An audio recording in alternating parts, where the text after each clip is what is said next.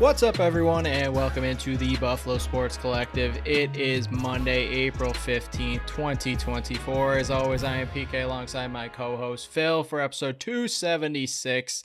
Phil, I am wearing two of the four things I got from Lacrosse Classified and Cool Bets Canada because I won week 19 of Who You Got for last class. But got a t-shirt, a hat, a beanie, and a hoodie, all for free. So thank you to both of them for sending me the cool winning package. I joined late, so I can't win the overall grand prize, but winning week 19 sure has its perks. You won something, and that's all that matters. Yeah, it was a big weekend for me. I got this dropped off on Saturday morning. Well, sorry. First, we got the championship rings. Then this got dropped off on my porch, and I was like, hey, that's too big for the dog's heartworm pills. That must be something else. And I opened it, and it was this cool package. And then at the game, they had leftover Seneca Niagara hoodies. So our whole row got a bonus hoodie. So the only thing that was missing is me and Brooke did not win the 50-50, but otherwise everything else was coming up PK on Saturday. Yeah, congratulations. And continuing that excellent luck was the Bandits' dominant victory. Good transition. So you can follow us on Facebook, Instagram, Threads, and TikTok at Buffalo Sports Collective, and on X and Blue Sky at Buffalo Sports Co.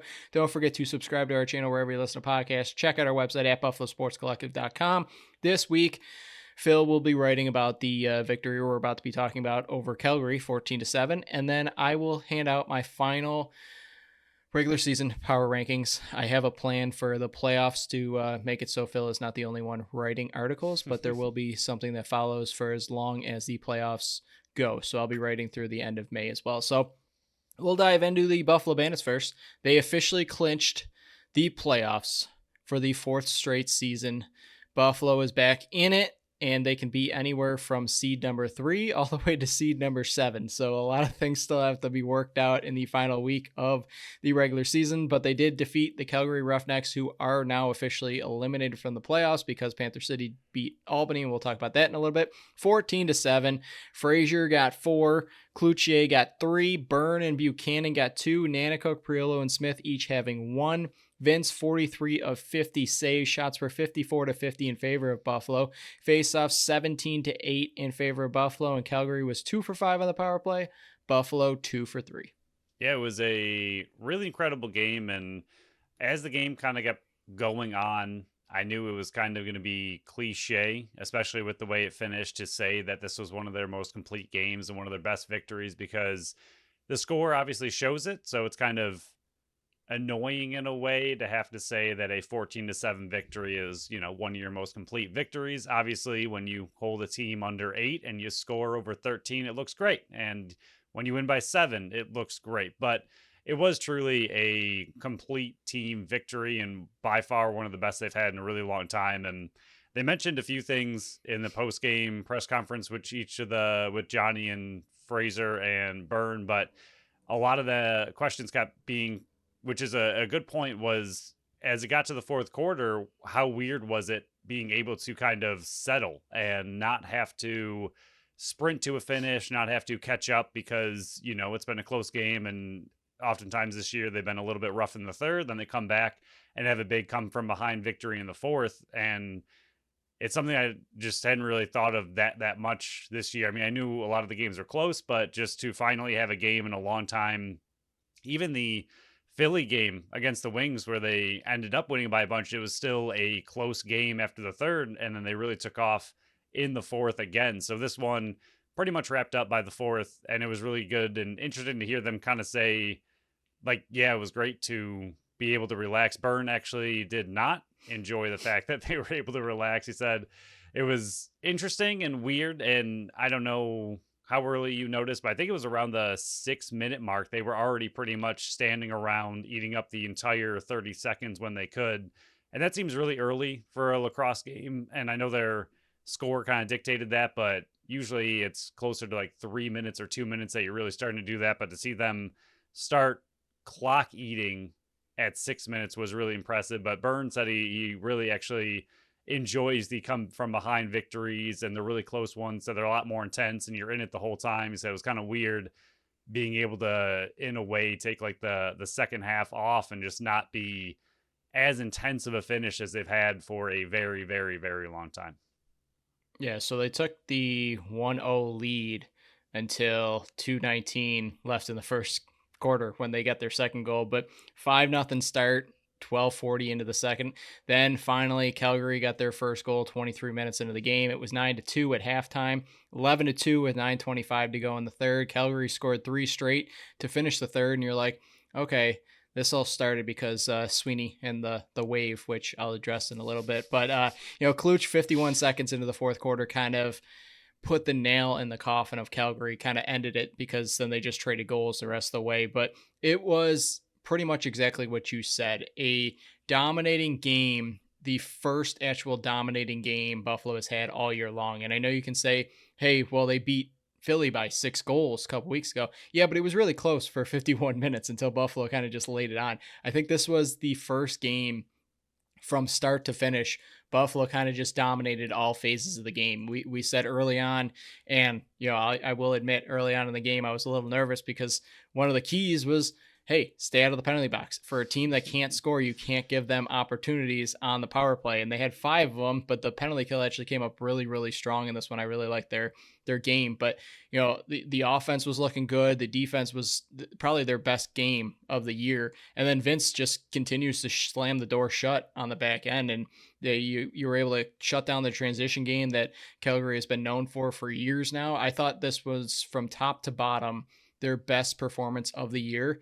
And I will pat myself on the back. I said it was a tune-up game, but I think this is the perfect style of game you want to be playing as you enter the final week of the regular season and your eye towards defending your title in the playoffs. Yeah, I mean, the only other game was the Colorado game really early on in the season. They were up 9-2 in that game, and then it finished 12-8. So very similar, where they got off to a huge early lead and then just kind of coasted. And you can definitely tell in this one, especially after the couple in the third, that they kind of took the foot off the gas and then kind of had to chip back a little bit, like you said, after Calgary scored 3 straight and then Cloutier just kind of settled it. But if this is the team that we're looking at headed into the playoffs, I think the entire league should be pretty terrified right now of what the Bandits were able to do in this game. I mean, we talked about it how often in the pregame that Del Bianco, despite the record of their team, is having a really good season, 80% save percentage, and was only allowing about 10.5 goals a game. So for the Bandits, not only to score 14, but to be able to do it so early and so quickly, and one of them even shorthanded, like the ways and the different variety that the offense was able to score, and then just completely from top to bottom. The defense played well. Vince played, I think, his best game of the entire year. And I think there were still some shaky moments for the defense where Vince did some absolutely incredible bailing out of them. But for the most part, I think it was still the defense's best game that we've seen in a very long time. Offense, they went up against a incredible goalie and a decent defense and were able to put up 14 pretty much with ease and some absolutely ridiculous goals. And again, the different ways they were able to score, and they even missed some pretty open opportunities that the score could have been even higher. So top to bottom, if this is the team and this is the kind of game that they're going to be playing headed into playoffs, I think that you could easily consider them one of the best teams in the league. I know we've known that it's been in them for the entire season. It was just a matter of when are they going to be able to put it all together, and they haven't been able to do it for most of the season. And to be able to do it this late against a team that is fighting for their playoff hopes, against a very good goalie, it was just a really good game to see them put it all together and do it in such a dominating fashion that, like, if this is the way the Bandits play the rest of the way and headed into playoffs, this team's going to be really, really tough to beat. Yeah, we can go over the offense, the good parts. I don't really have a ton of bad parts, but you're looking at all the numbers. I think this is And we said it earlier in the year. When a stat line looks like this for their offense, I think that is the best look for their offense. You still got Byrne, who had 2, 5, and 7 with 9 shots, and Smith with 1, 6, and 7 with 10 shots. So they're leading the offense. But then you got Nanikow. It's more of the secondary scoring here. Nanikow, 1, 2, and 3 with 5 shots. Kluch, 3, 1, and 4 with 9 shots. Buchanan, 2, 2, and 4 with 6 shots. Frazier, 4 goals, 4 points, 8 shots. So everybody was chipping in. Everybody's involved. It's not like you got a guy sitting on the sidelines. Everybody gets their goals. I was a little confused when, Brandon Robinson sitting on the sidelines getting that healthy scratch and you're putting Ian McKay out the front door more often. That one was a little bit concerning to me. I wasn't exactly sure the decision behind it. Maybe Brandon Robinson got a little nick or something or whatever it is. Maybe it was just getting Zach Belter back in the lineup. I have no idea. But you said it perfectly with the different scoring. Frazier, first goal, laser on the penalty kill. That kind of made the statement where, hey, we can go down and still put up a goal here. Byrne, great pass to Nanikow, quick stick power play. 2-0. Dane Smith off the pipe reset. Byrne finds Buchanan all alone in the middle, 3-0. Byrne from the opposite side, laser that was their 4th goal. Dane Smith pick and roll with Buchanan was their 5th. Bouncer from Chase on the power play, 6-1. Second chance opportunity, great passing all around. I don't know if you remember that one, their 7th goal, but it ends being Smith finding Kluch for another laser, but that passing was unbelievable. Clean face-off win by Farrell, finds another great pass by Connor Farrell to find Steve Priola running down the middle, 8-2 right off a face-off win. Nanikow really, really patient coming from behind the net. I think he had Dane Smith, to reset the play. But he holds it, finds Byrne for a quick stick for their 9th. Kluch, laser. Frazier, all effort, running behind the net around the world, one-handed goal for his 11th. Kluch, low shot there for their 12th. Smith finally gets involved with their 13th, and then Josh behind the back to a streaking Frazier who puts it behind his back for their 14th. That one made the Sports Center top 10 plays, but I thought altogether chasing Del Bianco twice and only having 2 team combined turnovers this whole game, it was one of the best performances by the offense all year long. And I know they put up more goals in other games, but I just thought collectively with what the stat line looked like and how well they played, it was top 2, offensive producing games all year long. Yeah, I'll go back to, I do have a question for you in a little bit, but I'll talk about the offense first. Byrne mentioned it as well, that their passing just seemed incredibly crisp in this game, and it makes it really difficult for the other team to try to stop you when most of your passes are working so well. And I mean, the amount of times, and the Nanikow goal kind of is one of the ones that sticks out, where it was a great feed to him. And honestly, when I was watching it live, I was like, why did you not shoot? You had that wide open. He held onto it and then found Byrne wide open on the back again, passed it right back to him. And it was those kinds of plays. There was another one where there was a lot of passing and Buchanan came from behind the net and just missed a dunk. There was another one I think Buchanan missed where it was another really quick one and he pretty much had the whole net open, but he just dunked it over the top. And you could tell their passing was just incredible the entire game. Like the amount of looks they were getting, the way they were making Del Bianco move all over the place. And you just didn't see, and this happens a lot in lacrosse, so this isn't necessarily negative about the offense as a whole, but sometimes they have games where the passing is just off. You can see like the passes are going off their sticks. They're not catching it cleanly. They're dropping it a lot. And in this game, you just did not really see that often. Like you said, they didn't really have that many turnovers the entire game, and you could tell their passing just across every single player was pretty much flawless. And the offense just looked great. And the different ways that they were able to score, like I mentioned, I thought was really important, that they were shooting from the outside, the inside, finding all the great passes, the, quick stick opportunities like Byrne was able to score on. And the only real negative I had, I guess, which really isn't one, but Dane, watching from the press box, I saw him time and time again. He was getting great looks inside, but kept doing the exact same move where he would fake inside, go far post, and Del Bianco had it read so well and stopped him pretty much every single time. And I was just waiting for Dane to mix it up because he just kept doing the same exact move. And I was like, man, you got to dunk it inside because he just knows that outside one's coming. But overall thought the offense was really good. Again, a team giving up 10.5 goals against the MVP goalie and goalie of the year from last year, who's still having a good season. You were able to put up 14, really impressive. But the question I had is kind of what you already brought up, and just want to discuss it for a moment. McKay versus Robinson, and maybe it was about getting Belzer in. Honestly, I think that Johnny is looking for, I don't know, something else from that left side, because Robinson really hasn't put up the numbers that we saw last year. I mean, I think he has, I had it pulled up somewhere.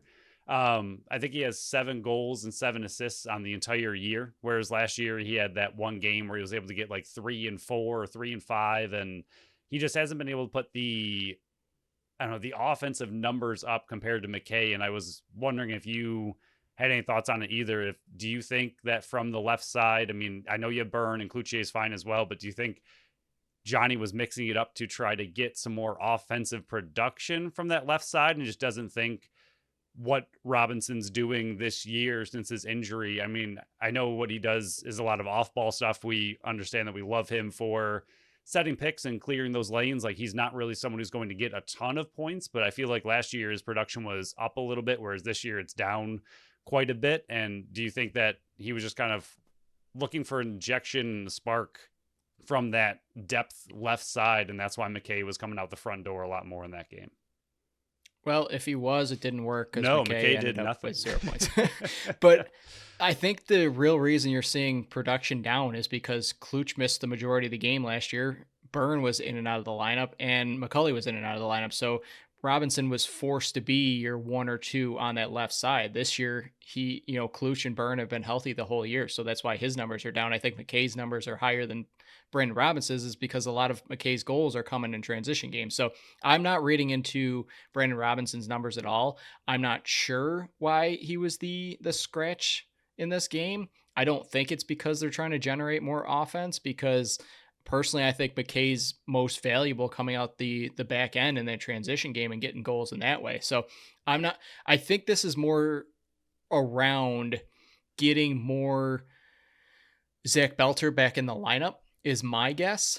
But I don't think it has anything to do with trying to get more offense from the left, because I think Byrne and Kluch alone, being 2 of the top 3 goal scorers and point producers on this team, I'm not really worried about the left-hand side at all. I maybe, Brandon Robinson tweaks something just in the warmups or in, the shoot around or something like that. I have no idea, but that one was very puzzling to me. But personally, I think it's just more to get Zach Belter back in the lineup and go more heavy on the defensive side rather than, anything to do with actual Brandon Robinson being disappointed in his point production this year so far. And I mean, knowing how many injuries Brandon Robinson has had with the playoffs coming up, I mean, maybe it was just, like you said, kind of a veteran rest day. Like, I mean, it's a player that's dealt with injuries most of his career, and doing what he does and setting picks. He's a very physical player out there at all times. So maybe it was simply, do we have the opportunity to rest this player and just make sure he's 100% going into playoffs, assuming at that point that you were just going to make playoffs. And obviously McKay's not a huge step down by any means, and Belter getting back in the lineup was good to see. So it might have just simply been, like you said, either something was tweaked, or we know he has an injury history, so maybe it was just kind of a veteran rest day, like just make sure he's fully healthy for the long stretch run that they are hoping to have in the playoffs. And are you ready to switch to defense, or are you still on I figure offense? let's get into our first sponsor first. That Tap is that fair. tap room before we dive into what was likely the best performance of the defense so far. So the first sponsor of this show is Tap That Tap Room. They are at 363 Delaware Street in Tonawanda, New York. They are Buffalo's first women-owned self-pour bar, featuring 30 consistently rotating taps, offering a variety of beers, ciders, sours, seltzers, and malt beverages. With the warm weather slowly hitting us, it is taking its time, and even when it's warm, it's rainy, but we're getting there. The porch should be open soon with their nice patio to enjoy some outdoor bevies, as PK loves to call it. Yeah, and they show the Bandits game every weekend. So hopefully, if you were not able to attend this sellout because there were no tickets left, you went to Tap That Tap Room or other sponsor, Mr. Sizzles, that'll be coming up on the show very shortly, to watch the game. So on Thursday, every Thursday, and sadly we have not been able to partake because, recording every Thursday exactly when this is going on, but karaoke every Thursday at Tap That Tap Room, 7 p.m. to 11 p.m. And I've seen some of the reels that they have put out. They are asking for more volunteers to step up there. And have heard some of the singers that are up there, they've been surprisingly good. And this is not a shot at them whatsoever, because my singing voice is, a bunch of trash cans falling down a hill, getting run over by a garbage truck. It's not good at all. But I was pleasantly surprised with some of the karaoke singers out there. So if you have a wonderful karaoke voice, or just want to partake in the fun, Thursday nights, 7 to 11 o'clock. But any other events, you can check out their Facebook for all the other posted events. And they got a bunch coming up, especially with the NFL draft coming up. And we'll go over that shortly on the next couple episodes. But let's go over the good part of the defense. Again, I think this was their best showing of the year. You have Wires with 4 block shots, Dawson 2 block shots and a caused turnover, Dylan Robinson a block shot and a caused turnover, Bomberry 2 block shots and a caused turnover, Nick Weiss caused turnover, Martin 2 block shots, Priolo 3 block shots and a caused turnover, Justin Robinson 1 caused turnover, no transition goals allowed whatsoever. So that's a credit to the offense getting back and the defense getting on the field well. I really didn't see a ton of negatives in this one. I think there were 1 or 2 bad communication breakdowns. Martin missing Cook blatantly on the 1 goal. I think it was their second one of the night. But overall, holding a Calgary offense to no goals 23 minutes into the game is really good. And like we said, going into this game, Calgary does not have a very strong offense, but they do have some key players like Jesse King, like Tyler Pace, like Cook, Taylor, Hogarth. But they were able to shut them down and limit their opportunities. And I thought shutting them down until the 8-minute mark in the third quarter, second quarter, was phenomenal. And yes, Matt Vince bailed him out a few times, but I thought overall this is exactly the type of defensive performance that can lead you to another title in the playoffs. Yeah, I think a big part of that, not only is the team playing a lot more together, and this is something that we've brought up a few times on here, but with the team getting healthier and these veterans getting back, it is allowing the rookies to not have as much pressure on them and just maybe not play quite as many shifts. And I think the rookies, especially Wires, I think Belter's been pretty solid every time we've seen him in the lineup, and he looked good again. But I think Wires is really coming into his own after the last 2 games. I think Paul Dawson has been wearing off on him a lot too. Yeah. I think that is one of the underrated aspects of bringing a guy like Paul Dawson in, is how much he has helped Cam Wires in the short time he's been here. Because you're seeing Cam Wires block shots jump up, and his performance on the penalty kill also improve. So I think a lot of credit goes to Paul Dawson for his work with Cam Wires. Yeah, and that was also mentioned in the press conference post game, was bringing a guy like Dawson in, like how much does that settle down the defense and his veteran presence back there, just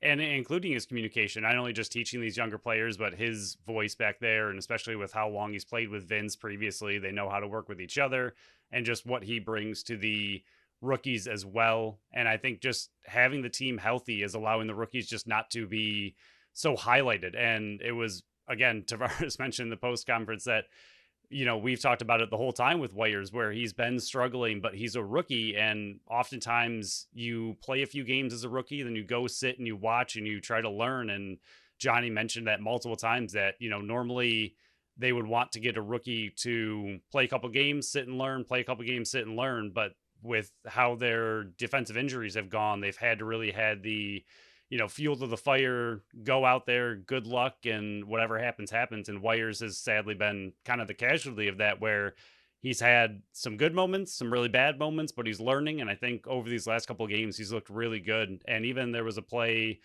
I don't know what quarter it was, but there was a loose ball that he grabbed and he got shoved into the boards by 2 players, and he was able to spin out of it and then still get the ball up. And it was just those kind of plays. He's really just doing a much better job coming into his own.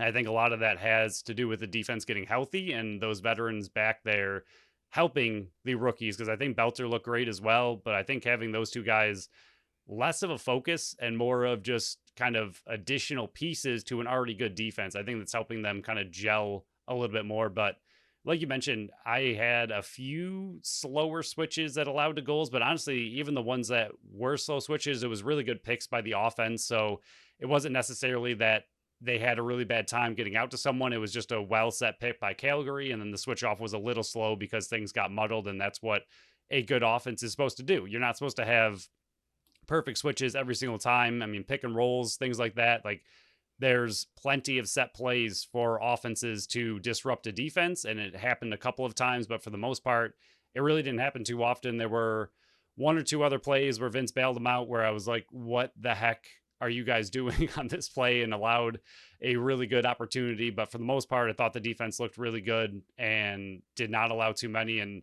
as weird as it sounds, I was really happy that they challenged that really late goal, just because I liked seeing that 7 up there. I was like, 8 looks okay, but 7 looks so much better. So I was really happy they challenged that late goal, and it got overturned, because only allowing 7 goals looks much better than 8 for some reason. Yeah, and I mean, Jesse King 1 3 and 4 on 10 shots. Tyler Pace 2 2 and 4 on 7 shots. I'm sorry, King had 10 shots. Cook 1 goal, 1 point, 12 shots. Taylor 1 1 and 2 on 5 shots. Hogarth no points, 3 shots. Dixon 1 1 and 2, 4 shots. So even the top dogs, you held them to just 4 points, which kind of makes sense when you only score 7. But they just dominated this back end, and we've been waiting and hoping for this time to actually transpire, and we've been slowly seeing it with the performances that we've seen. I mean, Colorado allowing 10 goals. I'm sorry, 11 goals. Philly allowing 12. Panther City allowing 12. Rock allowing 12 after they went on that run of, nothing more or nothing less than 13 goals, that long drought that we saw running from the Rochester game all the way to the Saskatchewan game. But, they continue to keep getting better and better on the back end. And a lot of that has to do with the communication and getting the players in there and, playing. This is their second time really having the full unit pretty much, besides like a Matt Spang or a Frank Brown, a part of it. And I think that is definitely going to be helping, and they're getting in that rhythm at the perfect time as playoffs are leading. But, like you said, not a ton of bad that we saw out of this defense. Once again, best performance we've seen by far, in my opinion, all season long. I guess we can move to the goalie, but Vince, once again, since he's came back from his injury, he has been unbelievable, and a big reason that Buffalo's won 3 straight and 5 of the last 6 is the play of Matt Vince. And there's 1 or 2 that maybe he would want back, but the first one was on the penalty kill over the back, and the defense was kind of slow getting back. I thought Priolo did the best he could handling 2 players there. It was a bad timing because it was like, an over and back call, and Priolo had to drop the ball, and Calgary was really quick on that switch off. And that's what we were talking about in the transition game. And I think this is one of the only quote unquote transition goals, if you want to call it, but Pace had to put it behind his back and beat Matt Vince. Second one, Martin completely ignores Cook behind him and makes it 7-2. Dixon was shooting over wires, and I don't know if Vince saw it or not. He might not have, and that was 11-3. Their 4th goal shot over the defense once again. Vince was definitely screened on this one, and this one was on Sweeney because the wave started, and 4th. So the wave 1 for 2 on the year. I still don't believe in the curse this year, but it's 1 and 2. It was quick. It was quick. Yeah, and I feel like if I heard it correctly, because I'm not 100% sure I did, but I feel like the fans were booing the wave more. They did not want it. Right. And then he was like, we're going to do it anyway. And then like 10 seconds, not even like 5 seconds into the wave, they scored. He was like, oh, sorry about that. Yeah, it didn't even get halfway across. But the 5th one, Pace shoots over the switch on defense to make it 11-5 right at the end of the 3rd. Jesse King on the power play, low shot. Top of the point. And then this is the one that I thought Vince probably should have had, was the Josh Courier shot. It was a great shot, but it was over Vince's left shoulder. And I did mention to Brooke, I think it was in the 3rd quarter, I went, Vince is going down really quick in this game. If they start shooting over his left shoulder, they can pile up these goals. And that was really the only time they aimed for it that cashed in. And that was surprising to me because, everybody knows that if there's one area that Matt Vince might be a bit weaker, which every goalie has a tendency to be weak in some area, it's over the left shoulder of Matt Vince, and that was the only one that I really thought that he should have made. But when you only allow 7 goals, how can you really critique anybody? But, those massive saves that you were talking about earlier, he kept Calgary at bay and kept them from getting on a run that possibly could have gotten this game a bit closer. Yeah, he had, I'd have to go back and watch it. He had at least one clear cut breakaway stop, and then I think he had another Courier. Yep. 2-on-1 breakaway stop. He had a few just really really big breakaway saves, and even when the defense did have a little bit of lapse and they were able to get inside or anything like that, he was just right there. He looked really really good. And even that seventh goal, watching it again, I forgot who got it. Josh Courier. Yes, maybe.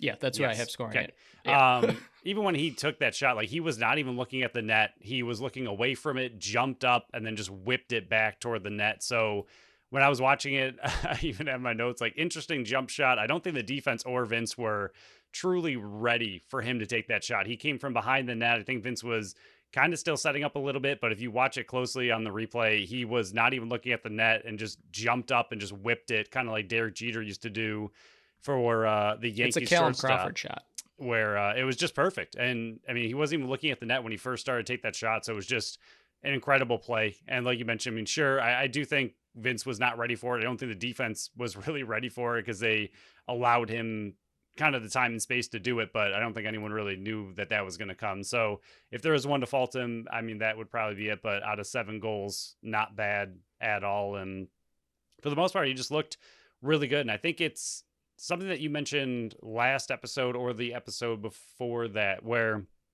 I think something that's just understated this year is the fact that he did not play summer ball. I mean, maybe this really is, I mean, he's an older goalie. I mean, we have to admit it. He is older. So maybe without playing summer, it's just taking him this much longer, plus the injury, to really get settled in. I mean, the defense in front of him has not been settled either. And it's been, a new defense in front of him pretty much every single game until these last couple. So I think everything's just really coming together. But even for him himself, since he come back from the injury, like you mentioned, I think it also is just maybe taking him a little bit of extra time to really get dialed into the season. And the Vince that we've seen the last 3, 4, 5, 6 games has been just incredible. And the one we saw in this game, I think, was his best game by far of the entire season, just stopping pretty much everything that was really thrown at him. And even the really impressive breakaway saves and stuff like that. He just looked really, really good, really calm, and just absolutely dialed in. So again,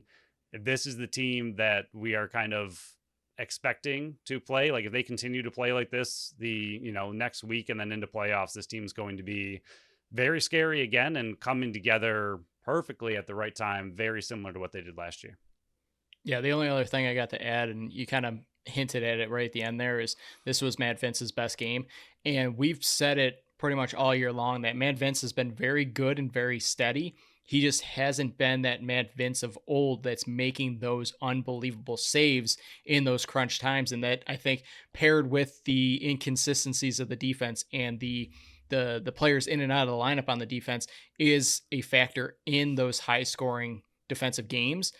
But he made those key, saves that we've been used to Matt Vince making in the past. So I think him also coming into his own with the defense getting healthy and the offense working as it is, I definitely think that this is a team that no other team wants to face in the playoffs. And this is not a homer. This is not a biased conversation here. This is going to be going around the league all week long, as Buffalo is hitting their stride at the perfect time, getting ready for playoffs. And this is a team that you do not want to face in the first round in a 1-round playoff, especially if somehow they slip to 5th and you have to travel. This is not a team you want to face in a 1-game series whatsoever. But a couple of miscellaneous stuff. Dylan Robinson, I thought he was very good in this game alone. I noticed him a lot, and I've been on his case a bit because I was a bit down on him because I thought he would be more of that transition type player this year, getting more involved in that just because of what we saw in his rookie year, and he hasn't. But drawing that penalty, that power play opportunity where he took that spear to the face and just walked back to the box. And then the other good one, Farrell, the faceoff win that leads to the goal. This is back-to-back weeks where it's a clean faceoff win and he hits a player in stride. Last week was Justin Robinson. This time was Steve Priolo. And, it was right after Cook scored to make it 7-2. So this goal made it, took the lead and it made it 8-2 and shut down that possible run that Calgary could have made towards the end of the second quarter. I thought Farrell was very, very good in this one as well. Yeah, I mean, we'll talk a little bit more about Dylan Robinson as we go here. I mean, we can just bring it up now. I thought he was looking really good in this game. Like you mentioned, he's not the player I think we kind of thought he was molding into, but he's been a very steady defensive presence and a guy who is good with loose balls and transition as far as getting the ball quickly out of the defensive zone. I think he's done a nice job of that, but he had a big looking leg injury. It looked like his leg possibly got caught up underneath him, twisted funny. He could not put any weight on it, went to the locker room, and we did not see him the rest of the game. That is very scary. I mean, He wasn't out there for the jersey swap either, so that's not another good. key to this as well. The only thing we can kind of, I guess, hope for is that we saw Martin have a similar-ish looking injury where he couldn't really put any weight on it and he was back in a few weeks, but this one seemed to look much worse. And this is all obviously speculation, but like you just mentioned, not even being out there for the jersey swap means that he likely either they wanted to play it extremely safe or he cannot put weight on that leg right now, which is just not a good sign, especially with only 1 week left before playoffs.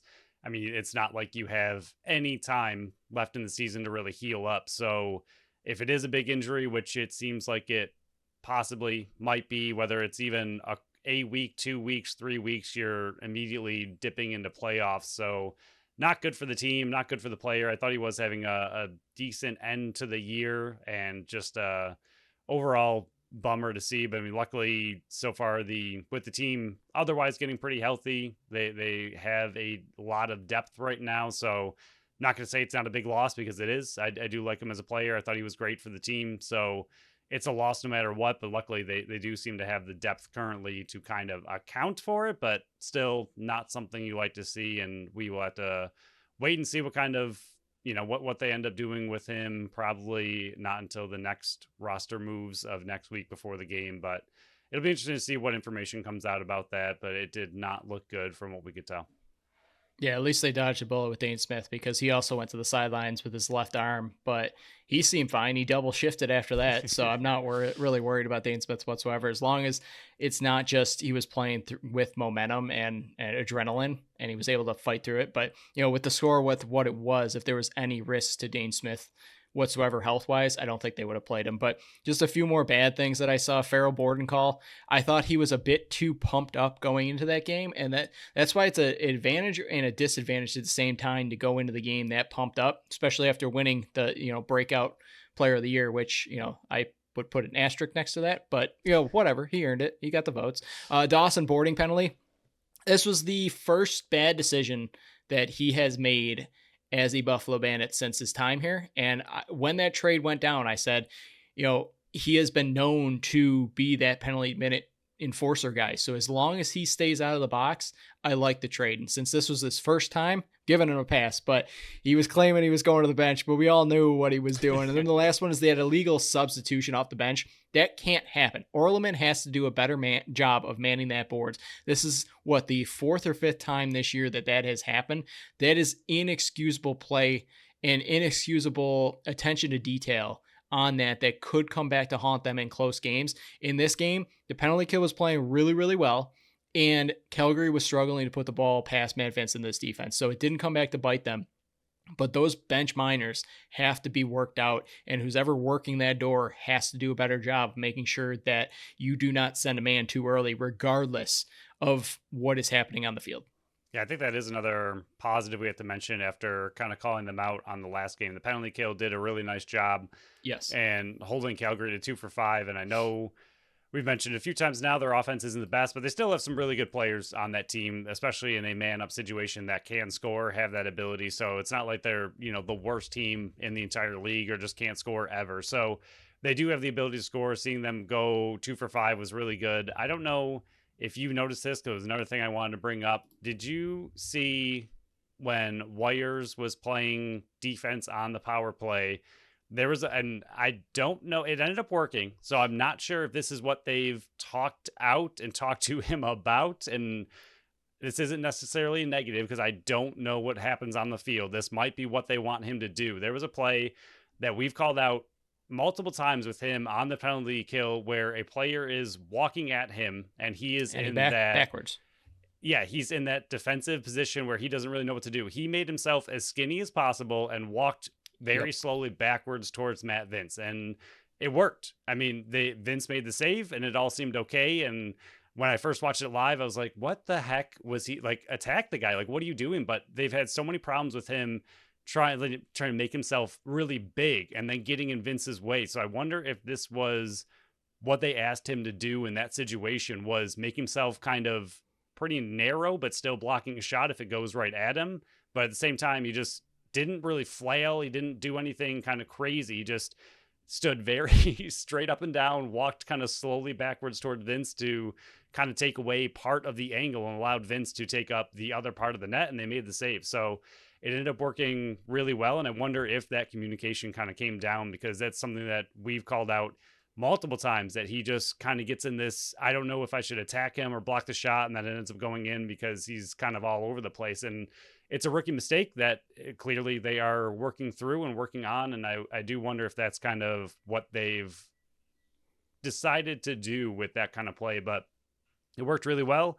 And there was another time on the penalty kill, he did something similar, and I think the ball hit him and he had a block shot. So I do think that might be what they're trying to kind of work on with him and do with him, is just kind of make yourself, I think I put in my notes, they made himself look like a pencil and just kind of didn't really move. He just made himself very stiff and solid like a board, and then let Vince do what Vince does, and the ball hits him, then luckily it hits him. So it did look like a massive change compared to what we've seen him do in that situation a few times this year. So clearly something they're working on, but Vince made a big save. So it was good to see that they are trying to work that kind of out between Vince and Wires and just what's going on in that situation.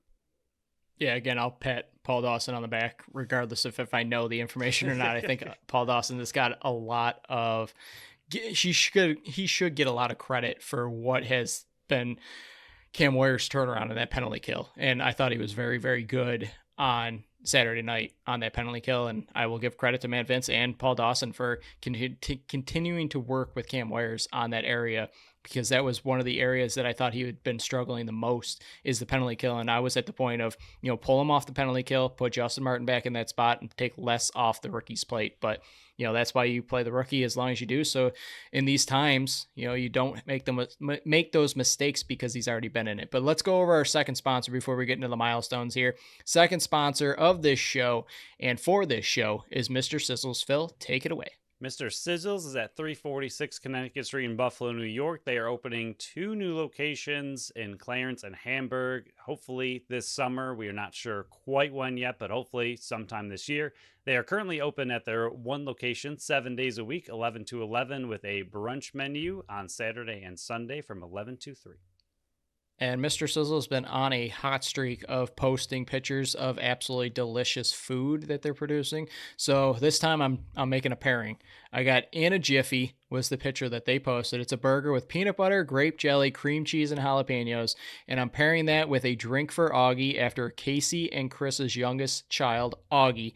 That is beet, pineapple, honey, lemon, and soda. It's a mocktail. Phil, what do you think of my pairing there? I got a little bit of spice with the jalapenos and a cool mocktail to cool it down. Yeah, I like it. It's pretty solid. I mean, you paired a little bit of sweet, but the jalapenos, they do handle the sweetness you got in both. But the I think that's the spice you're looking for, and like you said, the mocktail to cool it down. It's a good pairing, sir. Well played. Thank you. Yeah, they're very well known for their mocktails, and as the weather changes and gets warmer and warmer and less, rainy, I'm gonna go there for an ice cream mocktail, because they're known for that as well. So any other items, if you do not like my pairing whatsoever, I hate you, but whatever, create your own pairing.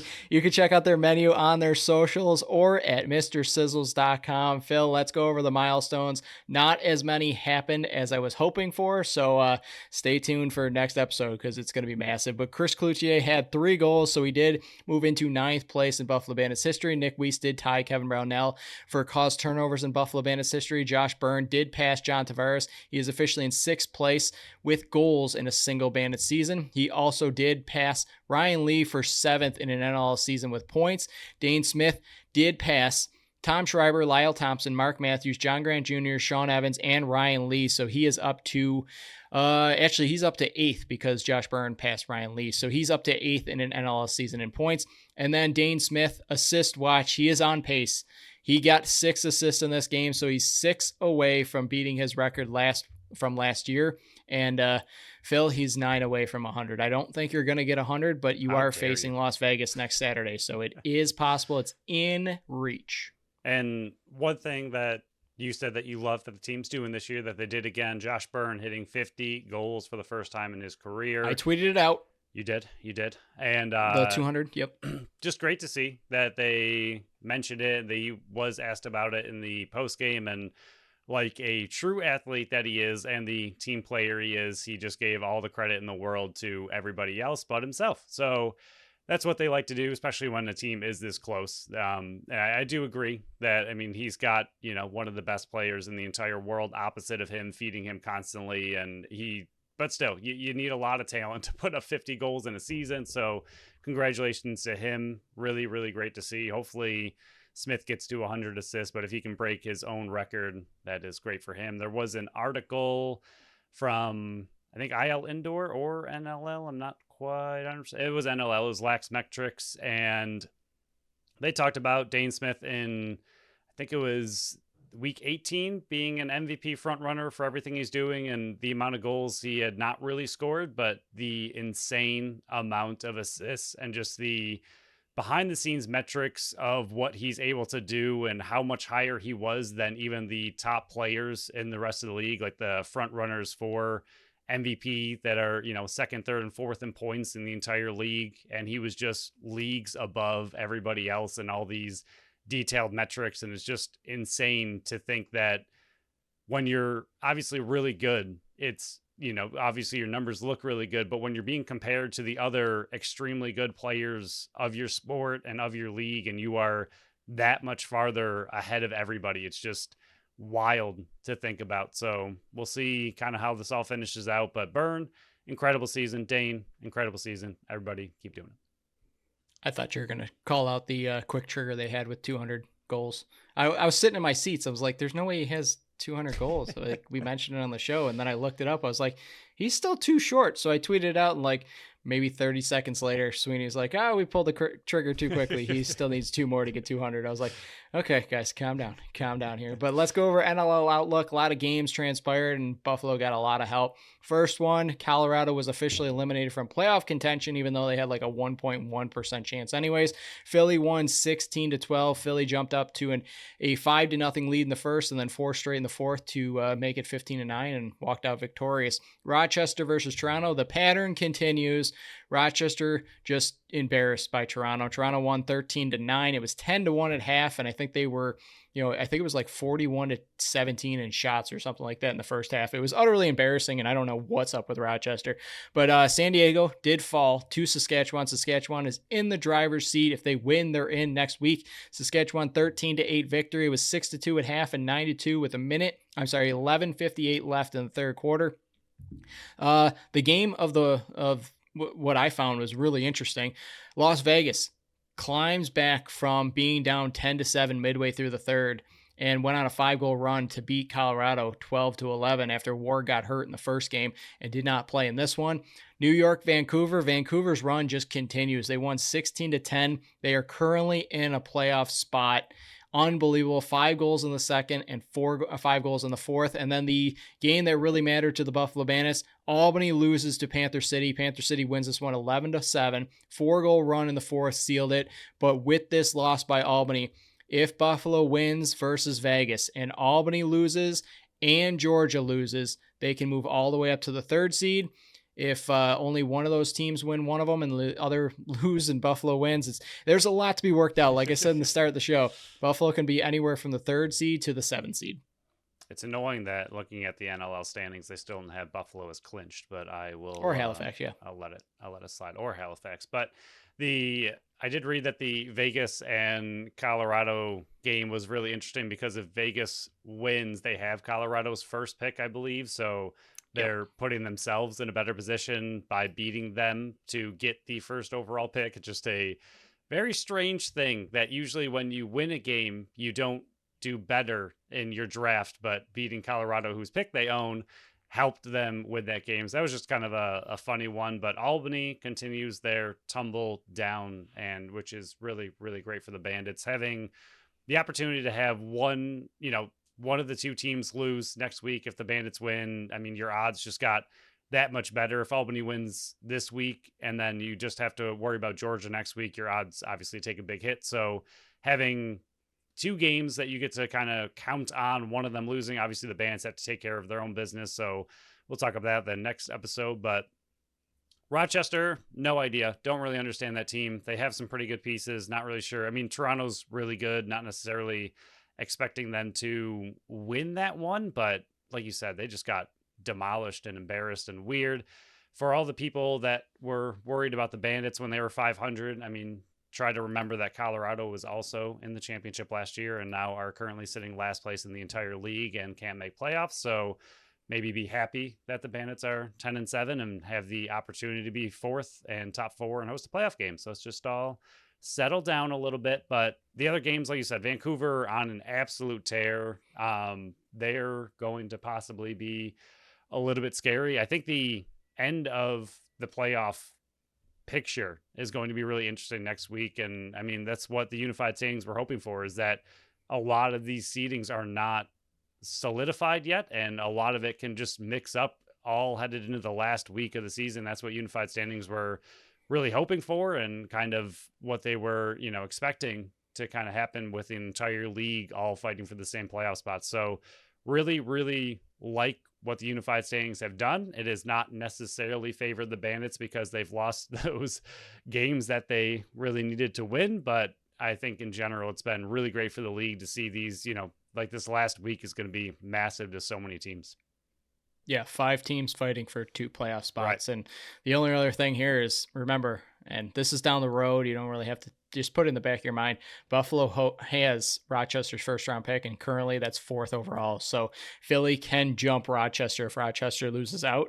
So, yeah, just keep rooting for that. Maybe that can get as high as possible. It's still in the running for the actually, I'll have to double check the head-to-head matchups between Vegas and Colorado. I shouldn't say it can still become the first overall pick, but it's at least 4th right now, and I'll look more into that this week. They do need Phil, Rochester to win the first one against Georgia, though. So you do need that. So, but they can lose their second game of the weekend against Philly, and that would help. That would help. But we do.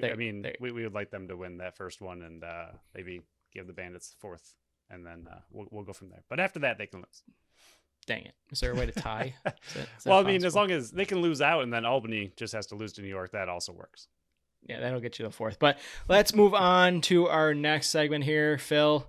It is our 4th edition of Real Bill, Fake Bill Draft Edition. Once again, each episode, I'm going to be playing a game with Phil and all of you at home to tell me, is this a real Buffalo Bill draft pick or a fake Bill? I'm going to give out 5 names each show, and Phil just has to let me know if it's a real draft pick from the Buffalo Bills or a different person altogether. You can play along at home. You get 1 point if you guess correctly, real or fake, and then you get the bonus point if you can tell me what year, what position, or what career that person is, only if you get the first real fake correctly.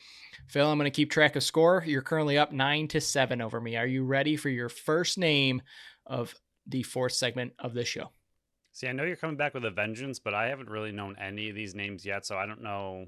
I'm worried about what you are going to come up with because I have zero knowledge of pretty much any of it. I think I knew one of the names the entire time so far, so I am a little nervous with your vengeance that you would like to enact, but at the same time, I don't know what you're going to do that I have zero information going into this, but we'll see. We'll see how it goes.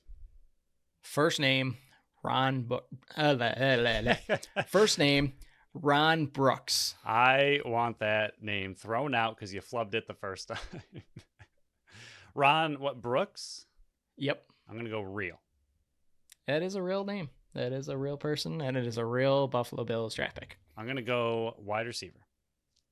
Wrong. 2012 4th rounder, 124th overall defensive back from LSU. Oh, didn't know he was defensive back. I don't know why Brooks sounded even mildly familiar. I have no idea. Anyway, continue. He's never sounded familiar to me. He's 12 years ago, Phil. All right, I don't know. second name here, Johnny White. I can't even guess who's on the team right now, let alone someone from 12 years ago. So we'll just assume that these are all wild guesses because they are. Fake. Incorrect. He is a real Buffalo draft pick. Johnny White, 2011 fifth rounder, 133rd overall, running back from North Carolina. It sounded like a potential cartoon name. I was waiting for you to pick up some fictional character from, I don't know, some show or movie out of nowhere, but wrong. Continue. Next name, number 3. Currently it's 1-1. William Post. Real. Incorrect. Oh, man, that actually sounded like a real name. He is the inventor of the iconic American snack, Pop-Tarts. Did we? I don't think we went over the inventor on our reel. We did not, but We he did know that. recently pass away. So, Oh, William see, Post, that's thank probably you for why your, it sounded familiar, because I do remember us discussing that part of it. Yep. So thank you for your contributions to the world of Pop-Tarts because they're absolutely delicious. Phil, are you ready for your next name? I'm losing now. It doesn't feel great. Sure. Let's hit it. Tom. Yeah, I did it again, Phil. I can't speak. We're at the hour mark. That's why I'm starting to fade away. Tom Carper. Fake. You got it. I was nervous. But what is he? Oh, right. I had to do the bonus. Carper. I have Carpenter. No idea. Are you guessing carpenter? I'm guessing Carpenter. Yeah, that was. Well, you're incorrect. He might have a side hobby of a carpenter, but he's a He U.S. should. senator from Delaware. Dang it. I got to really just stick with politicians every single time you ask. All right, Phil. Last name. It's currently Okay. 2-2. No bonus Set. points. Either way, you're gonna you're gonna continue to be in Stay. the lead, even if I get this one right. So here we go. Zerby Sanders. Oh, my gosh. Real. He is a real Bill. Congratulations. Oh, my gosh. What did I go to guess? Can you get your bonus point? Oh, here, though? my gosh. I keep forgetting. I'm so surprised that I get it right ever that I continue to forget that there's a secondary aspect if I get it right, because I'm just not expecting to get any of these correct. I don't know. I always want to go skill positions with all these players. Like, I want cornerback, I want wide receiver, like you said, running back. What is his last name again? Sanders. That didn't help at all. I don't know why I asked his last name again. Linebacker. I don't know. You were close. The word line is it, but he's a 2012 fifth rounder, 144th overall offensive lineman from Florida State. I was on the wrong side of the ball. You were, but you did get the line right. I'll But take Phil, congratulations. You're up 12-9 against me in Real Bill, Fake Bill draft edition. So congratulations for that. Thank you. I'm very proud of myself. You should be. This was not your best performance, but it's one step below your best performance. Yeah. I mean, staying anytime it's 3-2, even, I will 100% take it. I'm usually expecting to go into this at least 2 for 5 because I assume I can randomly guess 2, but I'm more realistically looking at a 1 for 4 pretty much every time. So that's my expectation, to get one of the 5 right. So 3 is huge. Yeah, I'm not happy. I came with a vengeance and it still didn't work.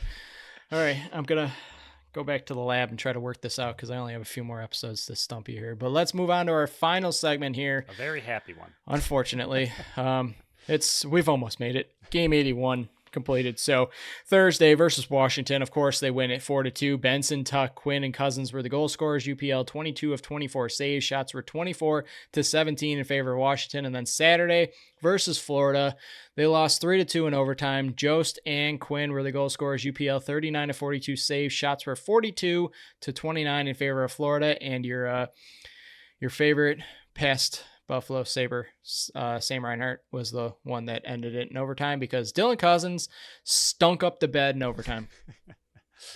I don't know. We've talked about the same 6 or 7 things for the last couple of weeks now, a couple episodes. UPL, I'm really happy he's finishing the season strong.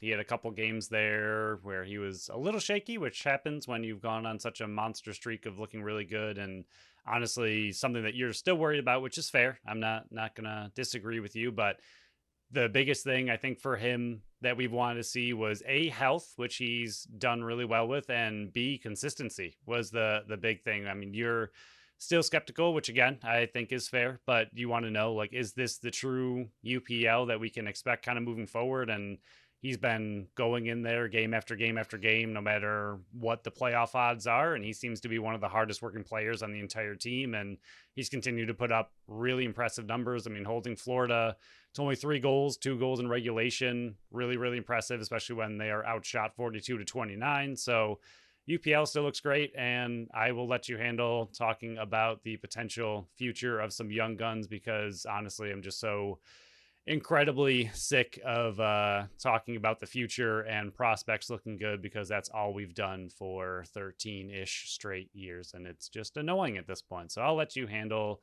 the kind of exciting players that we might look forward to someday.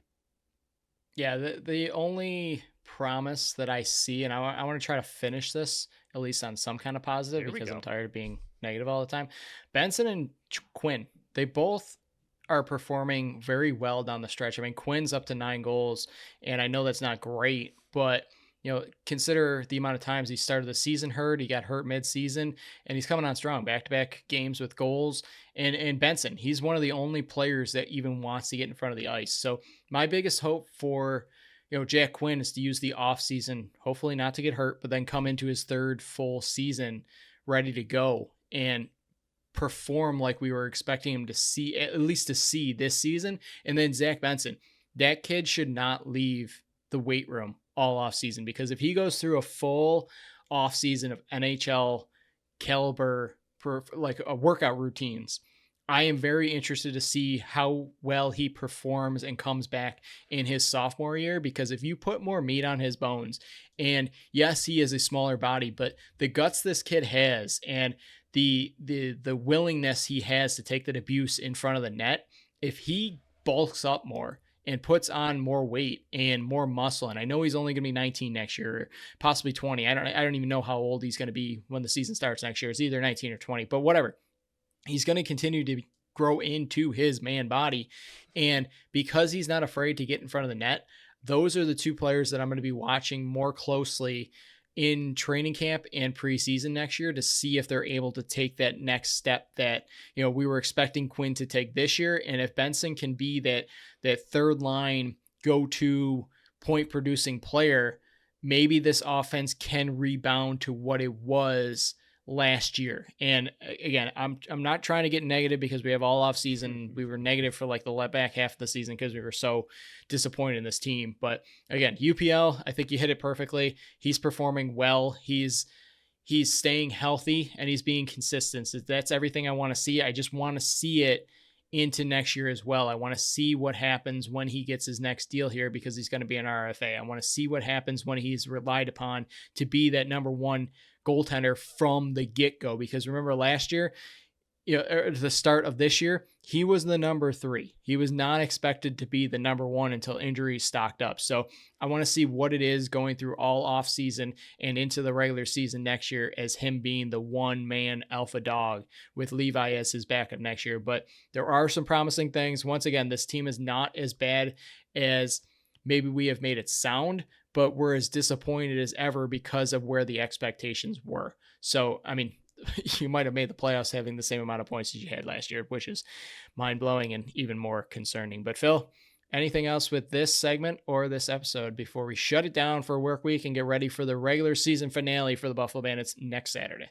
Assuming Wikipedia is correct, because it has been wrong in the past for us, Dane Smith's birthday is what I'm calling out here. But number 1, Zach Benson's middle name is Ruben. That's fun middle name. But his birthday, supposedly, if it's correct, is May 12 in less than a month, and he will be 19, it looks like, heading into next season. So as far as his weight goes and muscle goes, I think that's also just something you're going to kind of have to wait on. I'm sure he will bulk up a bit in this offseason. Like you mentioned, having a full NHL regimen into the offseason, I'm sure they will be monitoring him very closely because he's getting paid to be monitored very closely in his development and what he means to this team. So I'm sure they will be looking at that, as they do all players, but he still will only be 19 next year. So he's still growing in general. So I think it'll still take him a little while to really get to a position that I think you're kind of hoping for. And this isn't saying that you're calling out that next year he's going to be, monster by any means, but I think it's just going to take him a few more years to really hit his stride. But next year, if they put some muscle on him and he continues to play the way he has, you can definitely see